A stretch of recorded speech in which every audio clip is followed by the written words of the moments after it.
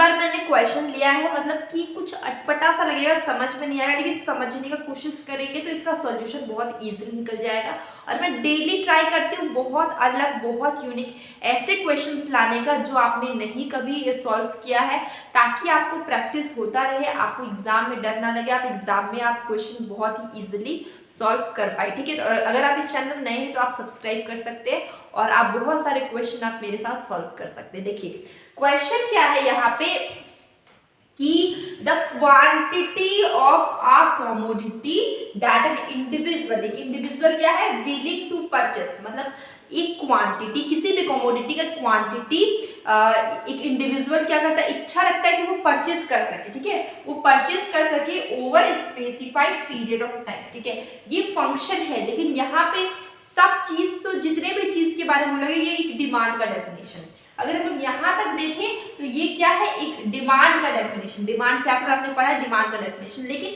यहाँ पर एक वर्ड ऐड कर दिया गया एक्सेप्ट, मतलब कि यहाँ पर जो भी ऑप्शन होंगे जो कि डिमांड से कुछ हट के होंगे, एक ऑप्शन ऐसा जरूर होगा जो डिमांड से हट के होगा, वही इसका आंसर होगा। ठीक है, समझ में आया आपको लॉजिक? यहाँ तक the quantity of a commodity that an individual is willing to purchase over a specified period of time, यहाँ तक क्या है, डिमांड का डेफिनेशन है।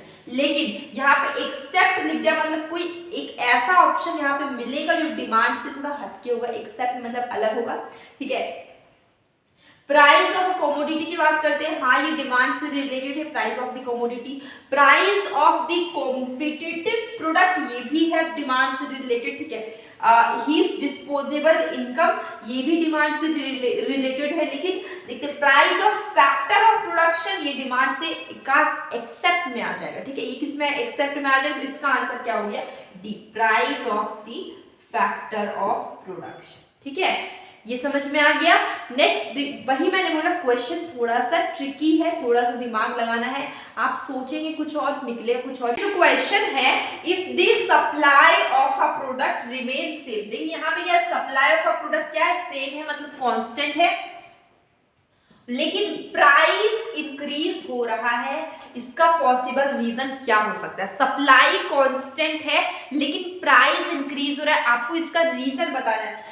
फर्दर प्राइस हाइक, दूसरी चीज का प्राइस बाद में बढ़ने के कारण, हाइक मतलब बढ़ना होता है। लिमिटेड प्रोडक्शन फैसिलिटी, जो प्रोडक्शन फैसिलिटी है वो बहुत लिमिटेड है। ठीक है, और थर्ड है commodity being a rare commodity, अगर कोई कमोडिटी रेयर हो, मतलब रेयर मतलब कि बहुत मुश्किल से मिलता हो, बहुत कम अवेलेबल हो, तो उस तरह का केस में क्या होता है कि प्राइजेस बढ़ता है, सप्लाई कांस्टेंट है लेकिन प्राइस क्या होगा, बढ़ेगा। रेयर मतलब कि जो बहुत कम मिलता हो, जो बहुत लोग पसंद करते हैं लेकिन बहुत कम अवेलेबल हो, ऐसे प्रोडक्ट में क्या होता है, सप्लाई कांस्टेंट होता है लेकिन प्राइस बढ़ता है उसका। लिमिटेड प्रोडक्शन फैसिलिटी हो तो भी प्राइस बढ़ता रहेगा। तो इसका आंसर क्या है, डी, ऑल दी थ्री, तीनों रीजन क्या है, सुटेबल है इस स्टेटमेंट के लिए कि सप्लाई क्या होगा, कांस्टेंट होगा, लेकिन फिर भी प्राइस क्या होगा, इंक्रीज होगा, इसलिए इसका आंसर हो गया डी। नेक्स्ट क्वेश्चन क्या है, in a market economy equilibrium price is reached at. ठीक है, तो क्वेश्चन क्या आपका, मार्केट इकोनॉमी में equilibrium price is reached at, equilibrium price ठीक है कब होता है? देखिए आपको एक चीज पता होगा, aggregate demand and aggregate supply, दो तरह के कर्व होते हैं, जो नीचे की ओर जाता है वो एग्रीगेट डिमांड है और जो ऊपर की ओर है ये एग्रीगेट सप्लाई। ठीक है, ये जो मेन पॉइंट यहाँ पे, ये जो पॉइंट है यहाँ, इसको बोलते हैं इक्विलिब्रियम पॉइंट। यहाँ पर aggregate demand and aggregate supply दोनों क्या करेगा, इंटरसेक्ट करेगा, एक दूसरे को काटेगा, इसको हम लोग क्या बोलते हैं, इक्विलिब्रियम पॉइंट। तो यहाँ देखिए ये जो है, ये है ये होगा आपका इक्विलिब्रियम प्राइस। ठीक है, ये होगा आपका इक्विलिब्रियम क्वांटिटी। ठीक है, तो आपको समझ में आ गया, जिस पॉइंट पे क्या होगा, AD is equal to ES, इसको हम लोग बोलेंगे इक्विलिब्रियम पॉइंट, इंटरसेक्शन पॉइंट, आप कुछ भी बोल सकते हैं। देखिए क्वेश्चन क्या, in a market economy equilibrium price reached at, equilibrium price reached at. ठीक है, इक्विलिब्रियम प्राइस आपका OP है। ठीक है, तो देखिए point of intersection of aggregate demand and aggregate supply curve, आपको तो फर्स्ट में ये आंसर मिल गया। जहां पर इंटरसेक्शन होगा एग्रीगेट डिमांड का और एग्रीगेट सप्लाई का, इसको हम लोग क्या बोलेंगे, इक्विलिब्रियम। इसको हम लोग क्या बोलेंगे, इक्विलिब्रियम बोलेंगे, ठीक है। और इस इक्विलिब्रियम में इतना ओपी प्राइस लगा, इसको हम लोग क्या बोलेंगे, इक्विलिब्रियम प्राइस बोलेंगे, ठीक है। तो इसका करेक्ट आंसर कौन सा हो जाएगा, ए, ठीक है। आंसर विल बी ए, ठीक है। अब नेक्स्ट क्वेश्चन हम लोग आते हैं। नेक्स्ट क्वेश्चन क्या होगा कि market demand curve for a commodity is are, ठीक है। तो मार्केट डिमांड कर्व की अगर हम बात करते हैं, मार्केट डिमांड कर्व क्या होता है, देखिए हम लोग ने पढ़ा इंडिविजुअल डिमांड, ठीक है।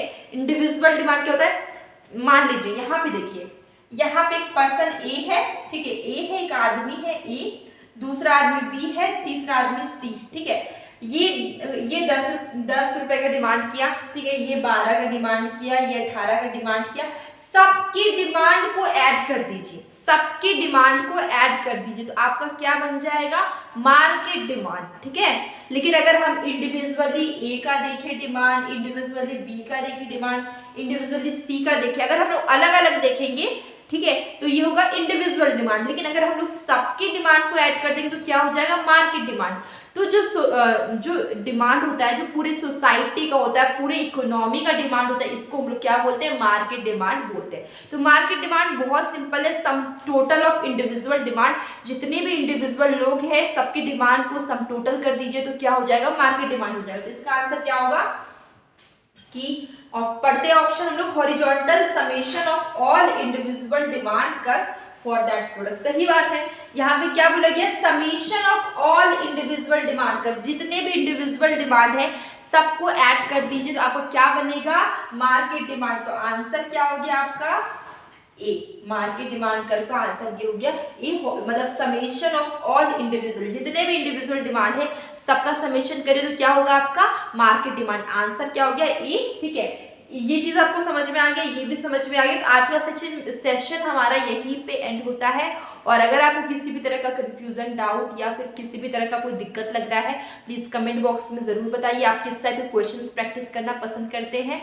और मैं डेली क्विज के क्वेश्चंस रील्स वीडियो में, शॉर्ट वीडियो में डालती हूँ, तो उसमें जनरली MCQs के क्वेश्चंस ही होते हैं, उसे देखा करिए, आपको बहुत ही बेनिफिट होगा।